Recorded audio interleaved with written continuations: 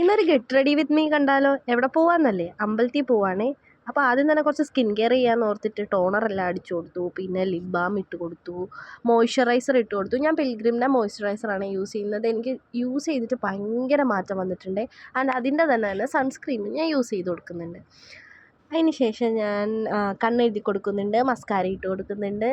എൻ്റെ കണ്ണിന് 2 ദിവസം കൊണ്ട് എന്തെന്നില്ലാത്ത ചൊറിച്ചിലും ഇറിറ്റേഷനും ഒക്കെ ആയിരുന്നു. എനിക്കത് മാറിയിട്ടുമില്ല. ഇപ്പോഴും സ്റ്റില്ലുണ്ട്. ഈ വീഡിയോ എഡിറ്റ് ചെയ്തുകൊണ്ടിരിക്കുമ്പോൾ ഞാൻ കണ്ണ് ചൊറിഞ്ഞുകൊണ്ടിരിക്കുകയാണ്. അതിന് ശേഷം ദേ റെഡിയായി. ഇനി ഏത് കമ്മലിടണം എന്നുള്ള ടെൻഷനായിരുന്നു. ഞാൻ ആദ്യമേ ഒരു ജിമിക്കി ഇട്ട് നോക്കി. അപ്പോൾ കൊള്ളാം, കുഴപ്പമില്ലാന്ന് തോന്നിയിട്ട് ഞാനതങ്ങ് മാറ്റി ഒരു ചെറിയ കമ്മലിട്ട് കൊടുത്തു. എനിക്ക് ചെറിയ കമ്മലിനോടാണ് കുറച്ച് താല്പര്യം. പിന്നെ വാച്ചിട്ട് കൊടുത്തു, റിങ് ഇട്ട് കൊടുത്തു. അങ്ങനെ ഞാൻ സെറ്റായി.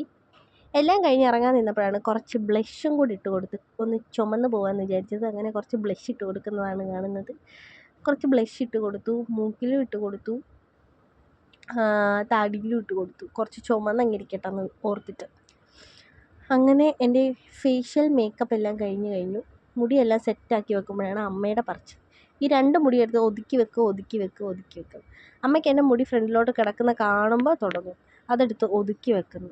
അങ്ങനെ കിടക്കുന്നതാണ് എൻ്റെ ഭംഗിക്കുറവെന്നാണ് അമ്മ പറയുന്നത്. അങ്ങനെ അമ്മയായിട്ടുള്ള യുദ്ധം കഴിഞ്ഞ് ഞാൻ അമ്പലത്തിൽ പോയി.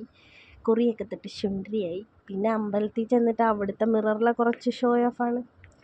അത് കഴിഞ്ഞ് ഞാനൊരു ചിക്കു ജ്യൂസ് കുടിച്ചു. ചിക്കു ജ്യൂസ് പോരാഞ്ഞ് ഞാനൊരു കണ്ണൂർ കോക്ടെയിലും കുടിച്ചു. അപ്പോഴത്തേക്ക് സ്വസ്ഥമായി. അപ്പോൾ ഇന്നേക്ക് ഇത്രയേ ഉള്ളൂ. ബായ്.